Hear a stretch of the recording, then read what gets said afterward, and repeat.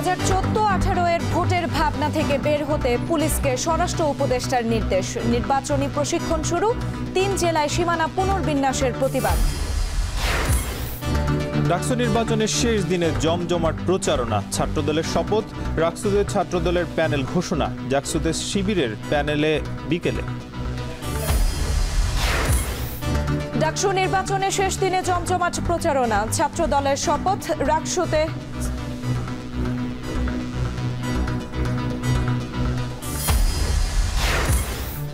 রাজবাড়ীতে নুরাল পাগলের দরবারে হামলায় গ্রেপ্তার 5, বগুড়ায় ফিলিং স্টেশন ক্যাশিয়ারের গলাকাটা মরদেহ উদ্ধার, ভোলায় মসজিদের খতিবকে কুপিয়ে হত্যায় মামলা।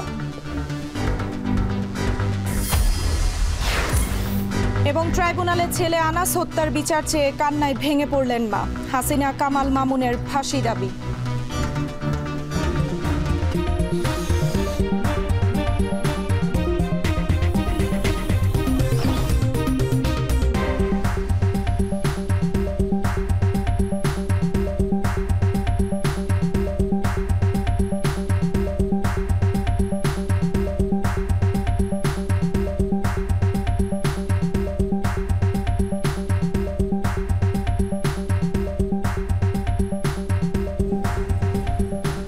শুনছিলেন শিরোনাম। স্বাগত এখন দুপুরে পুরো আয়োজন জুড়ে সঙ্গে আছি আমরা দুজন, আমি সুমাইয়া রাত্রি এবং আমি নাজমুস সাকিব।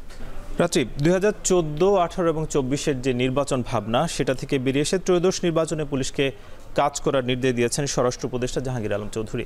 এবং ফেব্রুয়ারি নির্বাচন সামনে রেখে 1.5 লাখ পুলিশ সদস্যের প্রশিক্ষণের কর্মসূচির উদ্বোধন করেন কিন্তু স্বরাষ্ট্র উপদেষ্টা। সাকিব, গত তিনটি নির্বাচন ঘিরে কিন্তু বিতর্কের সৃষ্টি হয়েছে। এই জন্য কিন্তু একই অনুষ্ঠানে পুলিশ প্রধান যিনি রয়েছেন তিনি কিন্তু বলেছেন আগামী নির্বাচন বাহিনীর জন্য একটি অগ্নি পরীক্ষা রয়েছে। এটা নিয়ে একটা প্রতিবেদন রয়েছে, চলুন দেখে আসি।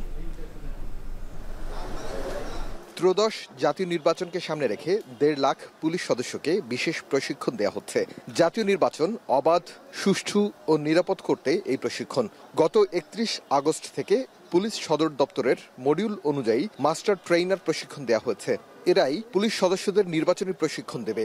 রোববার সকালে স্বরাষ্ট্র উপদেষ্টা জাহাঙ্গীর আলম রাজারবাগে এই কার্যক্রমের উদ্বোধন করেন।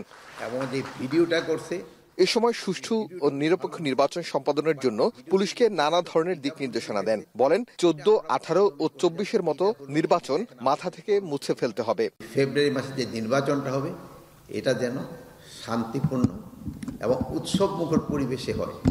এই জন্য আপনাদের সবার সাহায্য এবং সহযোগিতা দরকার এবং এই ব্যাপারে আপনাদের কোনো কার্পণ্য থাকবে না। আর আপনারা এই 14, 18, 24-এর নির্বাচন ওইটা মাথা থেকে মুছে ফেলবেন। আমাদের এই রিক্রুটমেন্টটা কিন্তু এসেল্লা একেবারে ফেয়ার হয়েছে। একটা নামও কিন্তু আমাদের উপদেষ্টারও দেয় নাই, আমাদের মন্ত্রণালয় থেকে কেউ দেয় নাই। এই জন্য আপনারা কিন্তু রিক্রুটমেন্টটা খুব ভালোভাবে করতে পারছেন। আর পুলিশ মহাপরিদর্শক বলেন এবারের নির্বাচন হবে পুলিশের জন্য অগ্নি পরীক্ষা। পুলিশ বাহিনীর সদস্যদের নিরপেক্ষভাবে দায়িত্ব পালনের আহ্বান জানান আইজিপি। প্রশিক্ষণ ও প্রস্তুতির মাধ্যমে আমরা প্রত্যেকে দক্ষ ও সুশৃঙ্খল হিসেবে নিজেদেরকে গড়ে তুলব।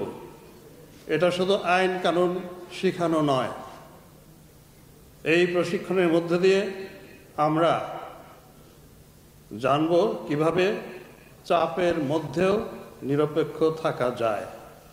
পরে প্রশিক্ষণ কোর্স পরিদর্শন শেষে সাংবাদিকদের প্রশ্নের জবাবে স্বরাষ্ট্র উপদেষ্টা বলেন নুরাল পাগলার মরদেহ পোড়ানোর ঘটনা অনাকাঙ্ক্ষিত। ফ্যাসিস্টরা বিশৃঙ্খলা করার চেষ্টা করছে উল্লেখ করে তিনি তালিকা করে জড়িতদের ধরার নির্দেশ দেন। যারা এটা করছে তাদের আমরা অবশ্যই আইনের আওতায় নিয়ে আসবো। প্লাস আপনাদের মাধ্যমে আমি একটা অনুরোধ করব, সবাই একটু ধৈর্যশীল হওয়ার জন্য। আইন শৃঙ্খলা পরিস্থিতি এতদিন যেরকম ছিল, এই গত কয়েকদিনের ঘটনায় মানে আমি বলবো যে একটুখানি খারাপের দিকে গেছে। এটাকে আমরা আবার পুরা আগের দিকে যেন নিয়ে আসতে পারি এই ব্যবস্থা করা। মব সন্ত্রাস জনগণকে ভোট কেন্দ্রে আসতে বাধা দিতে পারবে না বলেও মন্তব্য করেন স্বরাষ্ট্র উপদেষ্টা। আরিফ হোসেন, এখন, ঢাকা। সংসদীয় আসন সীমানা পুনর্নির্ধারণের দাবিতে ব্রাহ্মণবাড়িয়া সহ দেশের বিভিন্ন জেলায় মহাসড়ক অবরোধ করে বিক্ষোভ করেছেন স্থানীয়রা।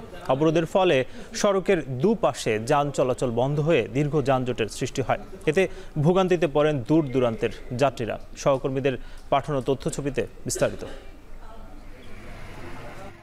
সকাল 11টার দিকে ব্রাহ্মণবাড়িয়ার বিজয়নগর উপজেলার চান্দুরা বাস স্ট্যান্ড এলাকায় ঢাকা সিলেট মহাসড়ক অবরোধ করে স্থানীয়রা। এ সময় ব্রাহ্মণবাড়িয়া 3 আসন থেকে কেটে 2টি ইউনিয়নকে ব্রাহ্মণবাড়িয়া 2 আসনে যুক্ত করার প্রতিবাদে স্লোগান দেন তারা। অবিলম্বে নির্বাচন কমিশনের আসন সীমানা পুনর্বিন্যাসের সিদ্ধান্ত বাতিল না করলে রেল ও নৌপথ অবরোধ করার হুঁশিয়ারি দিয়েছেন আন্দোলনকারীরা। এতে ভোগান্তিতে পড়েন দূর দূরান্তের যাত্রীরা। এদিকে দীর্ঘ সময় সড়ক অবরোধের কারণে মহাসড়কের দুপাশে অন্তত 20 কিলোমিটার এলাকা জুড়ে তীব্র যানজট সৃষ্টি হয়। এতে ভোগান্তিতে পড়েন যাত্রীরা। সরেলের থেকে বিচ্ছিন্ন হয়ে যতক্ষণ পর্যন্ত নির্বাচন কমিশন এই গেজেট প্রকাশ না করবে সদস্যের সাথে, ততক্ষণ পর্যন্ত আমরা রাস্তায় থাকবো। অবশ্যই আমরা গাড়ি যাত্রী আমরা যারা চালাইতেছি আমরা ঘন্টা ঘন্টা বুঝে তখন লাগে, আবার আমরা কর্মস্থলে যাই দিব। এখানে 2 ঘন্টা যাবত আমরা অপেক্ষা করতেছি। এখন রাস্তা হঠাৎ দিকে ব্যারিকেড, কিসের জন্য আসলো? পুলিশের গাড়িও আটকা, পুলিশও কোনো বাধা দিচ্ছে না। এছাড়াও পাবনা 1 আসনকে পুনর্বহালের দাবিতে ঢাকা পাবনা মহাসড়ক অবরোধ করে বিক্ষোভ করেন স্থানীয়রা। অন্যদিকে একই দাবিতে সোমবার বাগেরহাটে হরতাল কর্মসূচির ডাক দিয়েছে এলাকাবাসী। অতসী কর্মকার, এখন। ডাকসু নির্বাচনের আনুষ্ঠানিক প্রচারণার সময়সীমা শেষ হচ্ছে আজ। শেষ মুহূর্তের প্রচারণা চালাচ্ছেন ভিপি সহ বিভিন্ন পদের প্রার্থীরা। ভোট দেওয়ার জন্য পরিবারের মাধ্যমে ভয় ভীতি দেখানোর অভিযোগ করেছেন শিবির সমর্থিত ঐক্যবদ্ধ শিক্ষার্থী জোটের ভিপি প্রার্থী সাদিক কায়েম। এ সময় বিশ্ববিদ্যালয় প্রশাসন থেকে শুরু হয় একটি ছাত্র সংগঠনের প্রতি একপেশে আচরণ করছে বলেও অভিযোগ করেন তিনি। তবে শিক্ষার্থীরা ডাকসুতে ব্যালট বিপ্লব ঘটিয়ে ষড়যন্ত্র রুখে দেবে বলে হুঁশিয়ারি দেন এই ছাত্রনেতা। এদিকে দুপুরে কলা ভবন বটতলায় আনুষ্ঠানিকভাবে শপথ বাক্য পাঠ করে ছাত্রদল সমর্থিত প্যানেলের প্রার্থীরা শপথে নিজেদের সর্বশক্তি ও বুদ্ধিমত্তা নিয়ে সকল অপশক্তির বিরুদ্ধে প্রতিরোধ গড়ে তোলার অঙ্গীকারবদ্ধ হন প্রার্থীরা। একই সাথে আবাসন, স্বাস্থ্যসেবা ও সম অধিকার প্রতিষ্ঠার আশ্বাস দেন।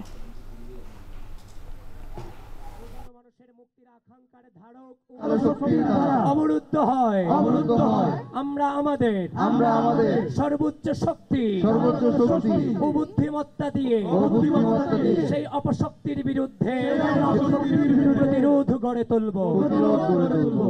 আমাদের অন্যান্য যে নারী প্রার্থীরা আছে তাদের বিরুদ্ধে ক্রমাগত সাইবার বুলিং হচ্ছে, তাদের বিরুদ্ধে স্ল্যাশ শেমিং হচ্ছে, তাদের বাড়িতে গিয়ে পরিবারকে হুমকি দেওয়া হচ্ছে।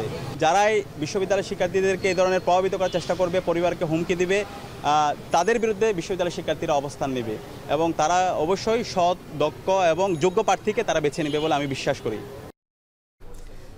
ডাকসু নির্বাচনের শেষ দিনের প্রচারণার আরও খবর জানাতে ঢাকা বিশ্ববিদ্যালয়ের কলা ভবন এলাকা থেকে যুক্ত হয়েছেন ফরহাদ বিন নূর, আর কেন্দ্রীয় লাইব্রেরির সামনে থেকে যুক্ত হয়েছেন আছার লিমন। প্রথমে চলে যেতে চাই ফরহাদের কাছে। ফরহাদ, কেমন দেখছেন প্রচারণা? শেষ দিনের প্রচারণা ঘিরে আসলে শিক্ষার্থীদের মাঝে কেমন আনন্দ দেখছেন আপনি?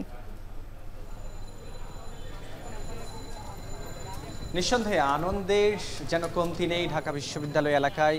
আমরা জানি যে দীর্ঘ দিন পরে বাংলাদেশে যে গণতান্ত্রিক পরিবেশ ফিরে এসেছে সেটি এই ঢাকা বিশ্ববিদ্যালয়ের মধ্য দিয়ে, এবং আমরা দেখেছি যে ঢাকা বিশ্ববিদ্যালয়ের কেন্দ্রীয় ছাত্র সংসদ নির্বাচনের যখন থেকে তফসিল ঘোষণা হয়েছে সেই দিন থেকে আজকে পর্যন্ত, আজকে নির্বাচনী প্রচারণার 11তম দিন এবং আজকে শেষ দিন।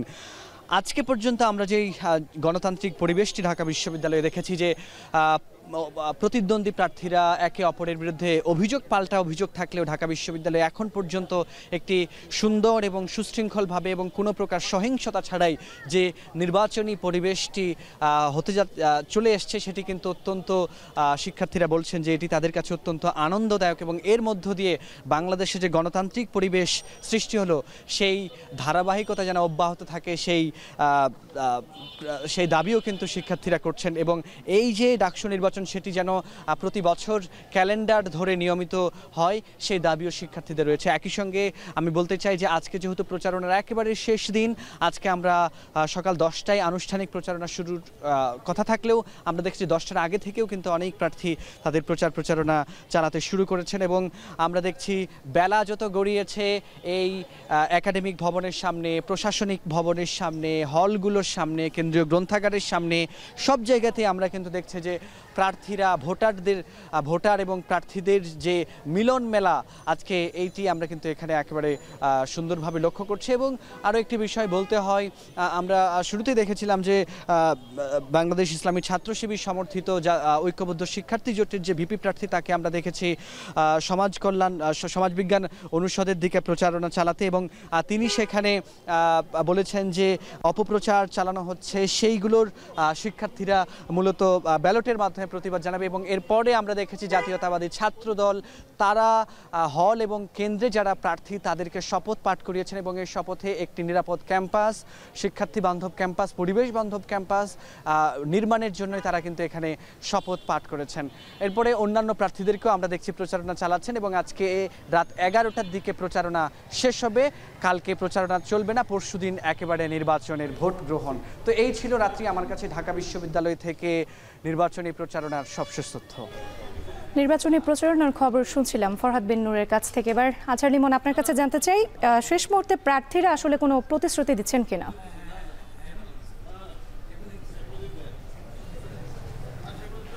রাত্রি প্রার্থীরা তো এই গেল প্রায় 8-9 দিন ধরেই প্রতিশ্রুতি দিচ্ছেন, ইশতেহার দিয়েছেন। শেষ মুহূর্তে প্রার্থীরা যেটি করছে যে তাদের এক ধরনের দৌড়ঝাঁপ চলছে, মনে হচ্ছে যে একদম ট্রেন ধরার মতো তারা এই ভোটারদের ধরতে চাইছে। এবং এর কারণ হলো যে এই ঢাকা বিশ্ববিদ্যালয়ের যে কেন্দ্রীয় সংসদ, এখানে কিন্তু 471 জন প্রার্থী প্রতিদ্বন্দ্বিতা করছে। প্রতিটি পদেই মানে একটা বড় সংখ্যক প্রতিযোগী রয়েছে, যেই কারণে এই ঢাকা বিশ্ববিদ্যালয়ের যারা শিক্ষার্থী, যারা ভোটার, তাদের আসলে এত নাম মনে থাকবে কিনা এটাই একটি বড় চ্যালেঞ্জ হয়ে দাঁড়িয়েছে। যেই কারণে প্রার্থীরা শেষ দিনেও চাইছে যে একদম প্রার্থীর ক্লাসরুমের সামনে পৌঁছাতে, তারা যেখানে একটু আড্ডা গল্পে মেতে উঠছেন সেখানে পৌঁছতে এবং নিজেদেরকে পরিচিত করতে, নিজের ব্যালট নাম্বারটি তাকে মনে করিয়ে দিতে, মুখস্থ করে দিতে এবং নামটিও, কারণ এই একদিন পর যে ঢাকা বিশ্ববিদ্যালয় কেন্দ্রীয় সংসদ নির্বাচন হতে চলেছে, এখানে কিন্তু শুধু নাম এবং নম্বর থাকবে। এবং আর যেই চিত্রটা দেখছি যে শেষ মুহূর্তে নির্বাচনী আমেজ যেটি বলে, সেই আমেজটি কিন্তু আমরা এখন দেখছি পুরো ঢাকা বিশ্ববিদ্যালয়ের। আমরা এখন সেন্ট্রাল লাইব্রেরির সামনে আছি, শ্যাডোতে দেখলাম, হলপাড়ায় দেখলাম, এর আগে আমরা কার্জনে দেখেছি, সমাজবিজ্ঞান অনুষদে দেখেছি। একটাই সবার আলাপ আলোচনার বিষয়বস্তু, সেটি হলো ডাকসু নির্বাচন। এবং মনে হচ্ছে যে পোস্টার কোরানোর মানে একটা শৈশব ফিরে এসেছে এই যারা শিক্ষার্থী তাদের মাঝে। এবং এই যে যুবক তরুণ এই যারা শিক্ষার্থী রয়েছেন, এদের প্রত্যেকের হাতেই একাধিক প্রার্থীর পোস্টার বা লিফলেট এগুলো রয়েছে এবং দেখে বোঝা যাচ্ছে না যে আসলে সে কি পোস্টার দিতে আসছে নাকি নিতে আসছে। এবং আমি কয়েকজনের সঙ্গে, শিক্ষার্থীদের সঙ্গে কথা বললাম, তারা বলছে যে তারা এটিকে খুবই উপভোগ করছে এবং বিশেষ করে যারা উপভোগ করছে যারা নতুন এবছর ভোট দিচ্ছে। প্রতি বছর ডাকসু হওয়ার কথা থাকলেও কিন্তু প্রতি বছর হয়নি, এবার হচ্ছে 6 বছর পর। আর যারা প্রার্থী আছে তাদের কিছু অভিযোগ আপত্তি আছে, যেমন আমি উমামা ফাতিমার সঙ্গে কথা বলেছি সবশেষ। তিনি বলেছেন যে স্বতন্ত্র যারা প্রার্থী রয়েছে তাদের বসিয়ে দেওয়ার চেষ্টা করছে এবং এলাকা থেকে এই বিভিন্ন দলীয় প্রার্থী যারা রয়েছে তাদের বিরুদ্ধে অভিযোগ এনেছে, ভোট দেওয়ার জন্য চাপ দিচ্ছে। একই ধরনের অভিযোগ করেছে শিবির সমর্থিত যে ঐক্যবদ্ধ শিক্ষার্থী জোটের ভিপি প্রার্থী সাদিক কায়েম। এভাবে চলছে। তো এই ছিল রাত্রি এই সেন্ট্রাল লাইব্রেরি থেকে এই ডাকসু নির্বাচনে আমার কাছে থাকা সবশেষ। ডাকসু নির্বাচনের শেষ দিনের প্রচারণার খবর জানাতে যুক্ত ছিলেন সহকর্মীরা। এদিকে জাহাঙ্গীরনগর বিশ্ববিদ্যালয় ছাত্র সংসদ নির্বাচনের প্রচারণার বাকি আর মাত্র 2 দিন। শেষ মুহূর্তে জনসংযোগ চালাচ্ছেন বিভিন্ন প্যানেল প্রার্থীরা। তবে বিশ্ববিদ্যালয়ের 24টি ডিপার্টমেন্টের পরীক্ষা থাকায় প্রচারণায় নেই তেমন উত্তাপ। রোববার বিশ্ববিদ্যালয়ে ঘুরে লিফলেট বিতরণ করতে দেখা যায় বিভিন্ন প্যানেলের প্রার্থীরা। ডাকসু প্রচারণা নিয়ে প্রার্থীরা জানায় 36টি ডিপার্টমেন্টের মধ্যে 24টি বিভাগের পরীক্ষায় থাকা কিছু বেগ পেতে হচ্ছে প্রার্থীদের। এদিকে তবে ডাকসু গঠনতন্ত্রের 4 ও 8 ধারা মোতাবেক সম্প্রতির ঐক্য প্যানেলের ভিপি প্রার্থী অমর্ত্য রায়ের প্রার্থিতা বাতিল করেছে নির্বাচন কমিশন। এ নিয়ে নির্বাচন কমিশনের নিরপেক্ষতা নিয়েও রয়েছে বিতর্ক। তবে আজ বেলা 2টায় জাকসু নির্বাচনী ইশতেহার ঘোষণা করবে ইসলামী ছাত্র শিবির সমর্থিত সমন্বিত শিক্ষার্থী জোট।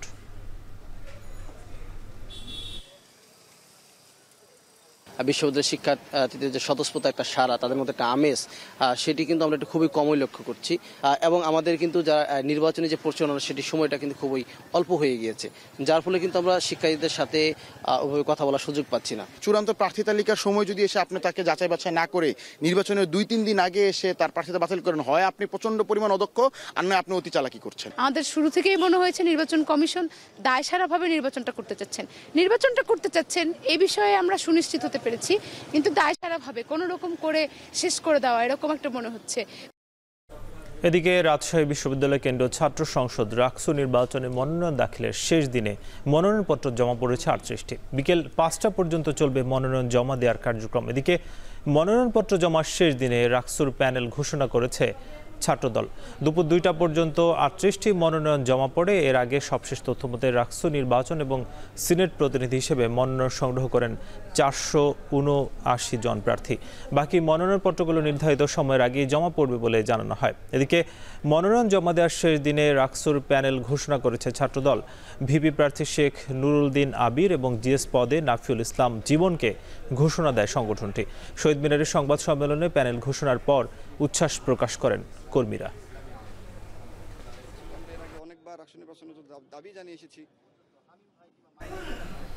কাদের সিদ্দিকী আওয়ামী লীগ প্রতিষ্ঠার জন্য কাজ করে না। শেখ হাসিনা বা আওয়ামী লীগের সাথে কাদের সিদ্দিকীর রাজনৈতিকভাবে কোনো সম্পর্ক নেই। দুপুরে টাঙ্গাইল শহরের নিজ বাসভবনে হামলার প্রতিক্রিয়ায় আয়োজিত সংবাদ সম্মেলনে এসব কথা বলেন বঙ্গবীর কাদের সিদ্দিকী। এ সময় নিজের বাসা ভাঙচুরের ঘটনায় দেশে যদি শান্তি আসেও সেটাও তিনি চান বলে জানান কাদের সিদ্দিকী। বিস্তারিত থাকছে প্রতিবেদনে।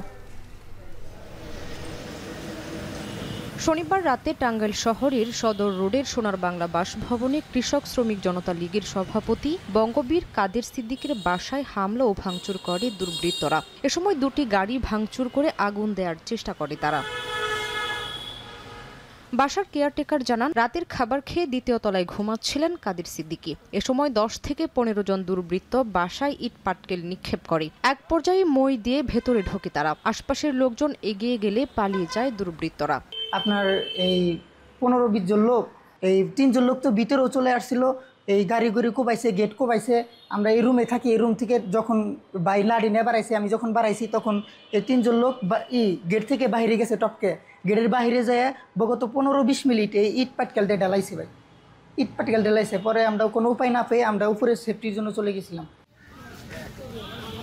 এদিকে বাসাইলে কাদেরিয়া বাহিনী ও ছাত্র সমাবেশের ব্যানারে একই স্থানে পৃথক সমাবেশকে কেন্দ্র করে 144 ধারা জারি করেছে প্রশাসন। শনিবার রাতে উপজেলা নির্বাহী কর্মকর্তা আকলিমা বেগম এই আদেশ জারি করেন। এদিকে রোববার দুপুরে টাঙ্গাইল শহরের নিজ বাসভবন সোনার বাংলায় আয়োজিত সংবাদ সম্মেলনে বঙ্গবীর কাদের সিদ্দিকী বলেন, শেখ হাসিনা বা আওয়ামী লীগের সাথে কাদের সিদ্দিকীর রাজনৈতিকভাবে কোনো সম্পর্ক নেই। বাসা ভাঙচুরের ঘটনায় দেশে যদি শান্তি আসে সেটাও তিনি চান বলে জানান। আমার দীর্ঘ 26 বছর আমরা নতুন দল করেছি, রাত দিন সংগ্রাম করেছি। আওয়ামী লীগ আমাদেরকে বহু প্রোগ্রাম করতে দেয় নাই। তারপরেও যদি সবাইকে স্বাধীনতার দোসর বানানো হয়, স্বাধীনতার দোসর না আওয়ামী লীগের দোসর বানানো হয়, তাহলে তো আমি মনে করব বৈষম্য বিরোধী আন্দোলনকে ব্যর্থ করার জন্য, ধ্বংস করার জন্য কোনো ষড়যন্ত্র কিনা। এদিকে বাসাইলে কাদেরিয়া বাহিনী ও ছাত্র সমাবেশের ব্যানারে একই স্থানে পৃথক সমাবেশকে কেন্দ্র করে বাড়ানো হয়েছে নিরাপত্তা ব্যবস্থা। এখন টাঙ্গাইল। এদিকে চট্টগ্রামের হাটহাজারীতে মাদ্রাসা অবমাননা ইঙ্গিতের ঘটনায় গেল রাতে অবরোধ ও ভাঙচুর ও দুপক্ষের ধাওয়া পাল্টা দেওয়া হয়েছে। পরিস্থিতি নিয়ন্ত্রণে বিকেল 3টা পর্যন্ত 144 ধারা জারি করেছে প্রশাসন। বিকেলে দুপক্ষের মধ্যে বৈঠক হওয়ার কথা রয়েছে। সবশেষ পরিস্থিতি জানাতে হাটহাজারী থেকে যুক্ত হচ্ছেন শোয়েব রহমান। শোয়েব, জানাবে যে এই মুহূর্তে পরিস্থিতি কেমন দেখছেন এবং দুই পক্ষের বৈঠক যেহেতু বিকেলে হবে, সেখানে কি কোনো সমাধান আসতে পারে? সাকিব, এই মুহূর্তে পরিবেশ বা পরিস্থিতি যদি বলি সেটি স্বাভাবিক রয়েছে। সকাল থেকে আমরা দেখেছি যে হাটহাজারীর এই সড়ক দিয়ে যান চলাচল একেবারে স্বাভাবিক ছিল। বিশেষ করে হাটহাজারী দিয়েই কিন্তু দুই পার্বত্য জেলার খাগড়াছড়ি এবং রাঙামাটি এই দুটি জেলায় যাতায়াত করতে হয় যানবাহনগুলোকে। গতকাল সংঘর্ষের পর দীর্ঘক্ষণ সেই দুটি সড়কে যানবাহন চলাচল বন্ধ ছিল, তবে আজ সকাল থেকে কিন্তু সেখানে আমরা দেখেছি যান চলাচল স্বাভাবিক রয়েছে। এবং গতকাল সংঘর্ষের পর সড়কে যে সকল ইটের টুকরো পড়েছিল, পাথরের টুকরো পড়েছিল বা কাঠের টুকরো ছিল, সেগুলো কিন্তু সকাল থেকে পৌরসভার যারা কর্মীরা রয়েছেন তারা সেগুলো অপসারণ করেছেন। এবং আমরা দেখেছি সকাল থেকে শুরুতে সেনাবাহিনী এবং সে সাথে র্যাব সদস্যরা টহল দিয়েছেন, তবে এই মুহূর্তে আইন শৃঙ্খলা বাহিনীর তৎপরতা সেভাবে লক্ষ্য করা যাচ্ছে না, কারণ সারাদিন ধরেই কিন্তু পরিস্থিতি স্বাভাবিক ছিল। কোনো পক্ষের মধ্যে নতুন করে বিশৃঙ্খলার কোনো কিছু আমরা দেখিনি। এবং প্রশাসনের পক্ষ থেকে যেটি বলা হয়েছে, গতকাল সংঘর্ষের ঘটনায় 109 জন আহত হয়েছেন, তাদের মধ্যে 20 জনের মতো চট্টগ্রাম মেডিকেল কলেজ হাসপাতাল থেকে চিকিৎসা নিয়েছেন, তবে কেউই সংখ্যাযুক্ত নয়, সবাই আশঙ্কামুক্ত রয়েছেন। এবং আজ বিকেল 4টায় উভয় পক্ষকে নিয়ে একটি বৈঠক করার কথা রয়েছে এবং সেই বৈঠকে দুই পক্ষের সাথে কিভাবে বিষয়গুলো মীমাংসা করা যায় সেটি নিয়ে আলোচনা হবে। তবে এখন পর্যন্ত দুপক্ষের সাথে আমরা কথা বলেছি, উভয় পক্ষই উত্তেজনা নিরসনে তারা কাজ করছেন। এবং গতকাল যেই ফেসবুক পোস্টকে কেন্দ্র করে এই সংঘর্ষের ঘটনা বা উত্তেজনার সৃষ্টি হয়, সেই পোস্ট দাতাকেও কিন্তু আইনশৃঙ্খলা বাহিনী হেফাজতে নিয়েছে। এবং আইনশৃঙ্খলা বাহিনীর পক্ষ থেকে জানানো হয়েছে যে এই ঘটনাকে কেন্দ্র করে যে যানবাহন ভাঙচুরের ঘটনা ঘটেছে সেটিতে কোনো তৃতীয় পক্ষ জড়িত রয়েছে কিনা সেটি আইনশৃঙ্খলা বাহিনী তদন্ত করে ব্যবস্থা নেবেন। পাশাপাশি যদি কোনো পক্ষ থানায় বা পুলিশের কাছে লিখিতভাবে অভিযোগ দায়ের করেন বা মামলা দায়ের করেন, সেগুলো বিষয়ে তারা আমলে নেবেন। তবে এখন পর্যন্ত এই ঘটনায় কোনো পক্ষ থেকে কোনো মামলা বা থানায় কোনো ধরনের অভিযোগ দায়ের করা হয়নি। সাকিব।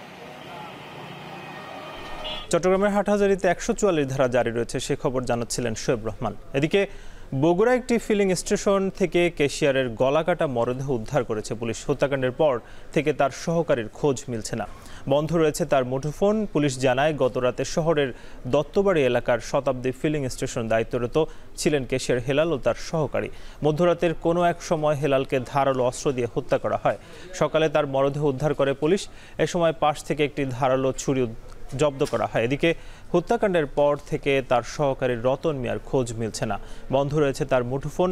হত্যাকাণ্ডে জড়িতদের গ্রেপ্তার সহ রতন মিয়ার সন্ধানে অভিযান চলছে বলে জানায় পুলিশ। নিহত হেলাল হোসেন সিরাজগঞ্জ সদরের পিপুলবাড়িয়া এলাকার বাসিন্দা।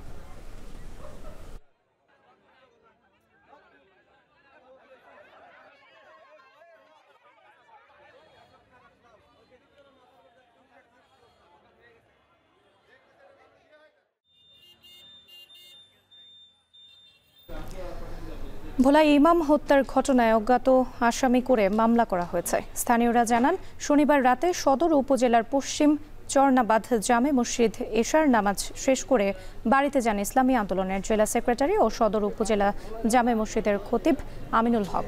কিছু সময় পর বিদ্যুৎ চলে যায়। এ সময় দুর্বৃত্তরা ঘরে ঢুকে তার উপর হামলা চালায়। ধারালো অস্ত্র দিয়ে আঘাত করে গুরুতর জখম করা হয় তাকে।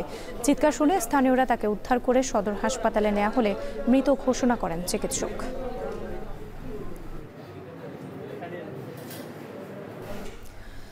রাজবাড়ীর গোয়ালন্দে নুরাল পাগলের দরবারে হামলার ঘটনায় 5 জনকে গ্রেপ্তার করেছে পুলিশ। গেল 23 আগস্ট গোয়ালন্দ পৌরসভার 5 নম্বর ওয়ার্ডের নুরাল পাগলার মৃত্যুর পর তাকে কবর দেয়া হয় মাটি থেকে 12 ফুট উঁচুতে। এ নিয়ে এলাকায় চলছিল উত্তেজনা। পরে শুক্রবার বিকেলে নুরাল পাগলার দরবার ও বাড়িতে হামলা, ভাঙচুর ও অগ্নিসংযোগ করে বিক্ষুব্ধ একটি পক্ষ। এ সময় নুরাল পাগলের মরদেহ কবর থেকে তুলে পুড়িয়ে ফেলে তারা। হামলা ও ভাঙচুরের ঘটনায় একজন নিহত সহ আহত হন অর্ধশত। হামলার শিকার হয় আইন শৃঙ্খলা বাহিনীও। এই ঘটনায় শুক্রবার রাতেই অজ্ঞাত 3500 জনকে আসামি করে মামলা করে পুলিশ। পরে গত রাতে 5 জনকে গ্রেপ্তার করা হয়।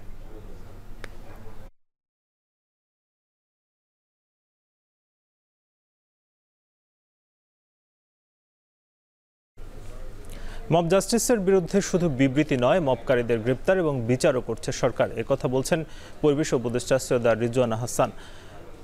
সকালে রাজধানীর কারওয়ান বাজারে গণমাধ্যম সংস্কার কমিশনের প্রতিবেদনের বিভিন্ন দিক নিয়ে বিজেসি আয়োজিত এক সেমিনারে তিনি একথা বলেন। মব জাস্টিস একটা সমাজে কখন হয় বলেন? যখন সিস্টেমের উপর মানুষের ভরসাটা কমে যায়, যখন বিচার বিভাগে গিয়ে মানুষ মনে করে যে সে প্রতিকার পাবে না। এই সমস্ত কিছু অ্যাড্রেস করা একটা প্রক্রিয়ার ব্যাপার। এবং মব জাস্টিস যখনই হচ্ছে, আমরা তখনই শুধুমাত্র বিবৃতি দিচ্ছি না, মবের সাথে যারা জড়িত তাদেরকে গ্রেফতারও করছি, তাদেরকে আইনি প্রক্রিয়ার মুখোমুখিও করছি। হত্যার বদলে হত্যা এবং আসামিদের সর্বোচ্চ ফাঁসির সাজা চাইলেন শহীদ আনাসের মা সঞ্চিতা খান দীপ্তি। সকালে চাংখারপুল আনাস সহ 6 হত্যার ঘটনায় আন্তর্জাতিক অপরাধ ট্রাইব্যুনালে সাক্ষ্য দেন তিনি। এ সময় মামলার 8 আসামি ছাড়াও এই হত্যাকাণ্ডের দায়ে সাবেক প্রধানমন্ত্রী শেখ হাসিনা, সাবেক স্বরাষ্ট্রমন্ত্রী আসাদুজ্জামান খান কামাল, ওবায়দুল কাদের, সাবেক আইজিপিকে দায়ী করেন আনাসের মা দীপ্তি। শুরুতেই আনাসের মা তার লেখা শেষ চিঠি আদালতের সামনে উপস্থাপন করেন। বলেন, 5 আগস্ট চাংখারপুল আনুমানিক 10:30টার দিকে যখন পুলিশ নির্বিচারে ছাত্র জনতার উপর গুলি চালায়, তখন প্রাণ বাঁচাতে আনাস সহ আন্দোলনকারীরা নবাব কাটারা গলিতে আশ্রয় নেয়। সেখানেই তাকে গুলি করে হত্যা করে পুলিশ। পরে একজন ফোন করে জানালে মিটফোর্ড হাসপাতালে গিয়ে আনাসের রক্তাক্ত দেহ দেখতে পান তারা। হাসপাতালের দেয়া মৃত্যু সনদে গুলি করে মৃত্যুর কারণ উল্লেখ করা ছিল বলেও আদালতকে জানান আনাসের মা। অন্যদিকে রংপুরে জুলাই আন্দোলনের শহীদ আবু সাইদ হত্যা মামলায় আন্তর্জাতিক অপরাধ ট্রাইব্যুনাল 2-এর সাক্ষীদের জেরা চলছে। সারা পৃথিবী দেখেছে যে একটা সন্তান তার মাকে কিভাবে উদ্দেশ্য করে চিঠি লিখে এই আন্দোলনে ঝাঁপিয়ে পড়েছে এবং প্রাণ দিয়েছে। কে কে গুলি করেছে, কিভাবে শহীদ হয়েছে, তার বন্ধুদের কাছ থেকে উনি এটা জেনেছেন এবং লাশ নিয়ে উনি বাড়িতে এসেছেন শহীদি মর্যাদায়, অর্থাৎ গোসল না করিয়ে রক্তাক্ত পোশাক পরিহিত অবস্থায় দাফন করেছেন।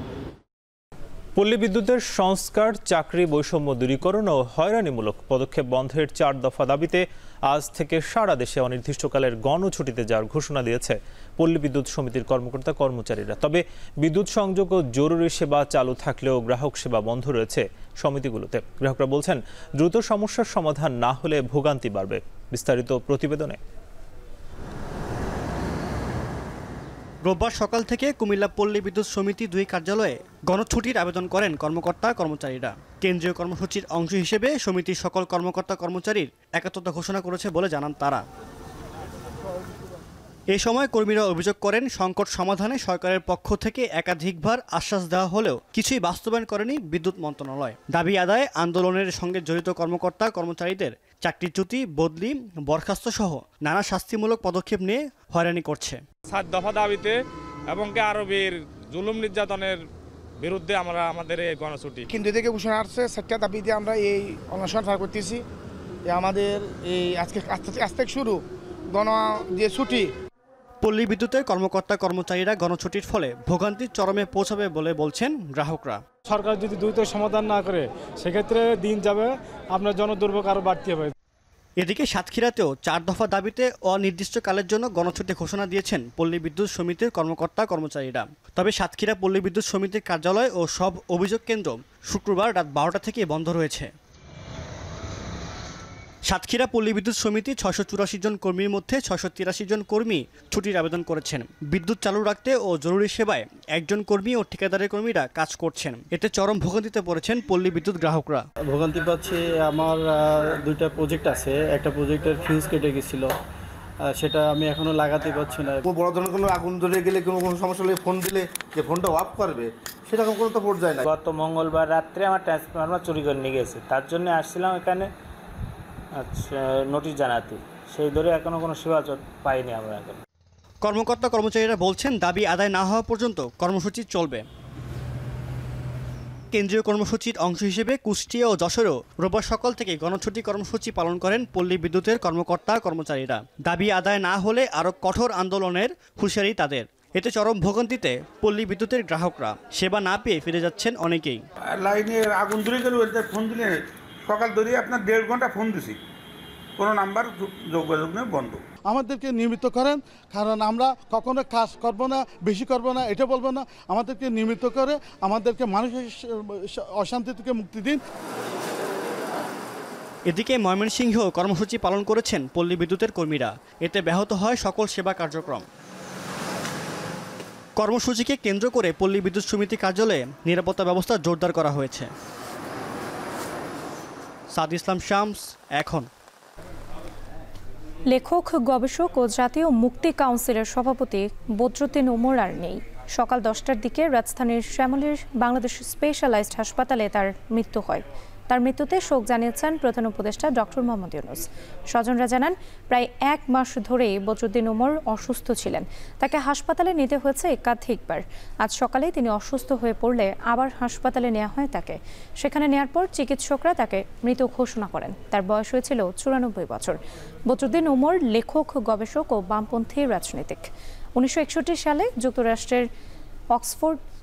যুক্তরাজ্যের অক্সফোর্ড বিশ্ববিদ্যালয় থেকে তিনি দর্শন, রাজনীতি ও অর্থনীতি বিষয়ে ডিগ্রি নিয়ে দেশে ফিরে আসেন। পরবর্তীতে 1963 সালে রাজশাহী বিশ্ববিদ্যালয়ে সমাজ বিজ্ঞান বিভাগ প্রতিষ্ঠা করেন।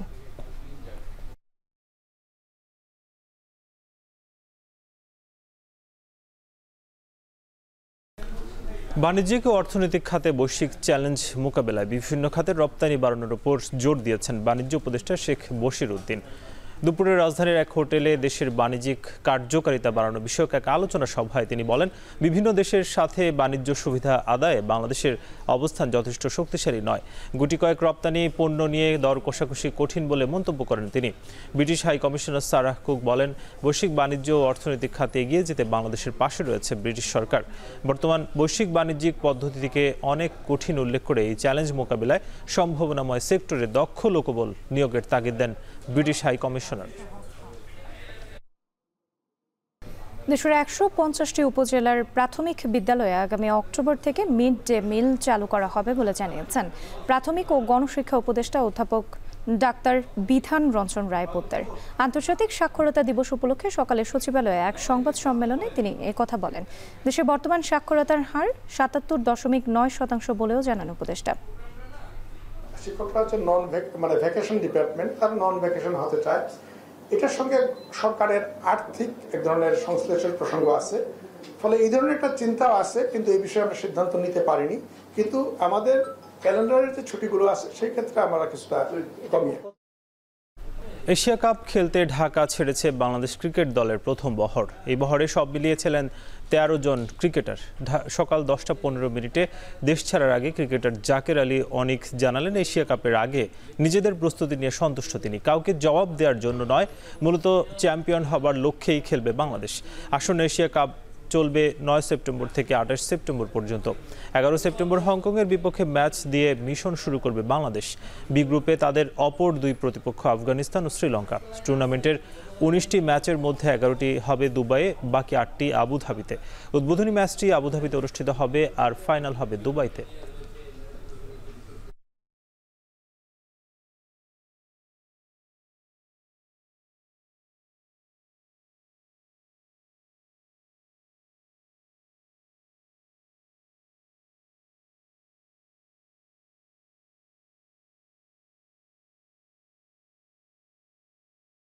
ওভারঅল আমাদের প্রিপারেশন খুবই ভালো হয়েছে, ফিটনেস থেকে শুরু করে নেদারল্যান্ড সিরিজ।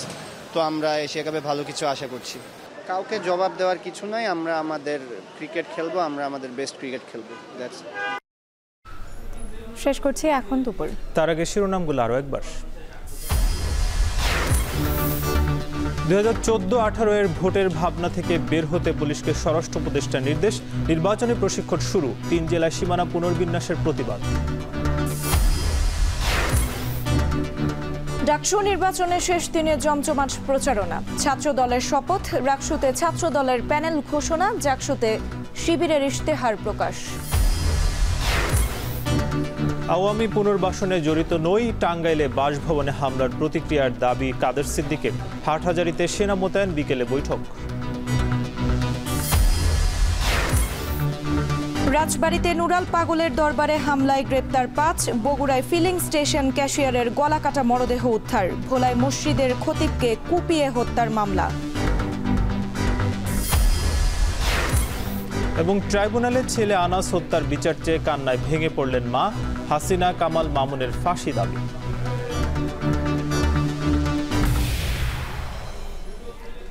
এই ছিল এখন দুপুরের আয়োজনে। এখন টেলিভিশন ওয়েবসাইটে দেখতে ভিজিট করুন www.ekon.tv। এছাড়া ফেসবুকে যুক্ত হতে পারেন facebook.com/tv.ekon। ইউটিউবে দেখতে পারেন youtube.com/c/ekontv।